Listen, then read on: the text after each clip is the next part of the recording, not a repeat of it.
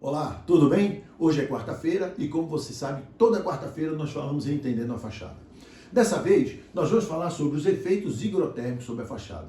Nós temos que entender que, veja, imagine você ter um prédio aqui localizado, ele tem as 4 fachadas, cada fachada tem um microclima. Essa fachada pode receber a chuva de frente num determinado momento, com um sol muito forte de verão, ou ela pode pegar, aqui essa fachada pega outra, ou seja, cada fachada ela tem um microclima ao longo do tempo que ela vai ter que suportar os trabalhos de expansão e de contração. Claro que se você vai fazer um prédio e você tem que ter uma uniformidade no prédio, você vai dimensionar a sua fachada pela fachada que tem uma maior agressividade do meio, que o meio ataca de forma mais agressiva.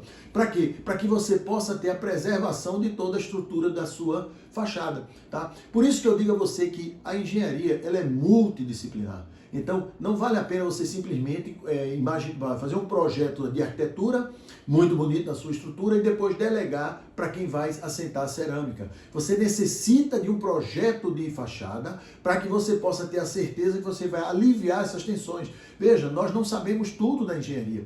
Então, tem os engenheiros especializados em cada serviço para que a gente possa ter a certeza de estar fazendo o melhor para a nossa fachada e não ficar no jogo de tentativa e erro. Ou seja, você pagar para ver. E como eu digo sempre, pagar para ver na engenharia é muito caro. Então é muito mais barato você contratar um serviço de um projeto de fachada para que você tenha uma fachada super bem dimensionada, a depender da cor da cerâmica, das transições de cerâmica, das transições de materiais. Tudo isso faz com que você tenha um dimensionamento da sua fachada e você possa ter a tranquilidade de entregar o melhor. Claro que aí vai depender da qualidade do material que você vai comprar, vai depender da qualidade da mão de obra, mas um bom projeto de fachada é o primeiro passo para que a gente tenha uma fachada longeva.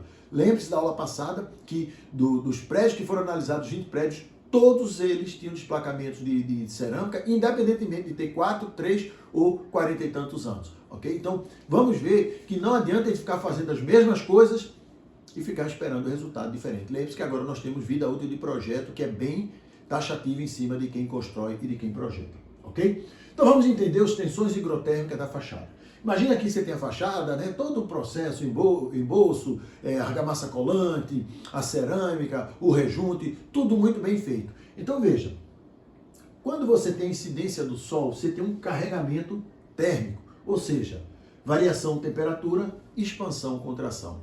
Então tem aqueles lugares, principalmente aí no sul, sudeste, que você está naquele alto dia de sol muito forte, daqui a pouco chega uma nuvem, aquela nuvem escura, tome a chover na sua fachada, ou seja, além de você estar totalmente expandido, chega a água e a temperatura baixa. Então você tem o quê? Você tem um choque térmico, expansão, contração. Então você amanheceu, o sol começa a incidir na sua fachada, ele começa a expandir.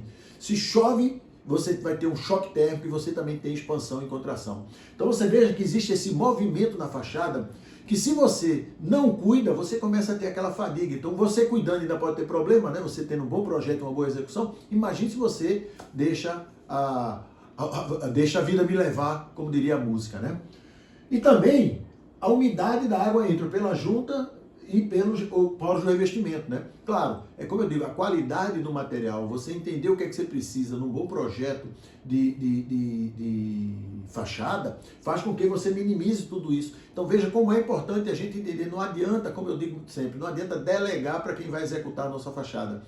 Nós, como construtores, temos que ter a certeza que estamos fazendo o melhor para aquela fachada e saber como fiscalizar aquela fachada para que a gente possa realmente ter uma performance garantida. E também carregamento higroscópico da umidade relativa. Você tem aquela umidade relativa do ar que é alta. Se você tiver esse carregamento higroscópico, você vai inchar a cerâmica, né, com a umidade e depois você vai, se ela secar, quando ela secar com a temperatura, você vai ter a retração, né, porque você vai tirar a água dos vazios. Então você percebe que isso aqui também gera expansão e contração. Então veja como a nossa fachada, ela sofre, a depender também do microclima que ela tem, ela sofre muito com relação à temperatura, à umidade, à chuva, ao choque térmico. E isso tudo, quem vai aliviar é o quê? São as juntas da fachada.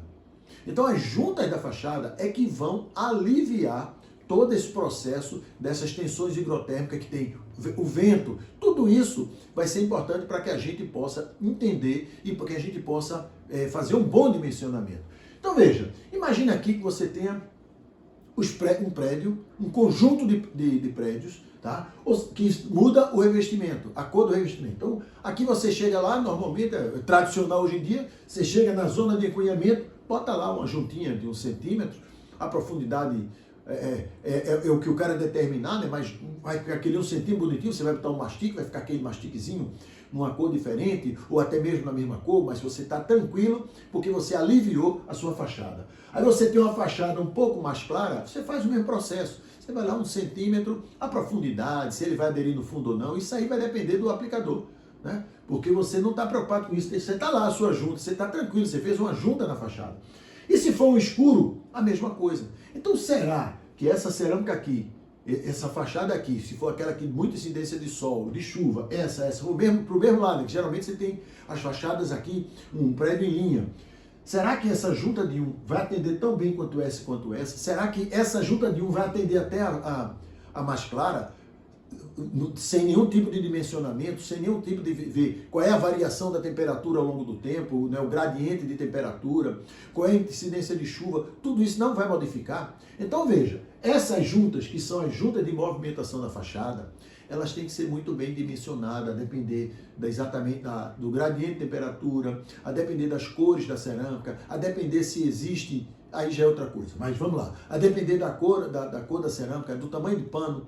Então tudo isso a gente tem que entender para que a gente possa realmente fazer um trabalho de movimentação que alivie. Claro que a fachada não tem apenas junta de movimentação, tem mais juntas. Mas na próxima aula, nós vamos falar exatamente sobre o dimensionamento e o fator de forma da junta de movimentação.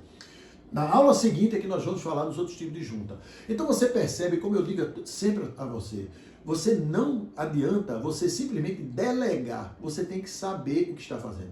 Então, o primeiro ponto para uma boa fachada é um bom projeto de fachada. É você saber exatamente onde você tem que colocar as juntas, qual a dimensão da junta, qual é o tipo de mastique. Tudo isso vai variar, depender do projeto. Você não pode, mesmo aquela junta de 1 centímetro, você não pode simplesmente ir no mercado e pegar um material, um poliuretano, um silicone e jogar ali dentro. Você tem que entender qual é a dureza que você vai ter ali, porque a dureza também vai influenciar no tamanho da junta, ok? Mas na aula que vem, na próxima quarta-feira, sobre fachada, nós vamos falar exatamente sobre esse dimensionamento e fator de forma, para que a gente já comece a ter noção que não é apenas fazer um corte na fachada e colocar um mastique qualquer. A gente tem engenharia para poder ter uma fachada com longevidade, ok? Forte abraço e até a próxima aula.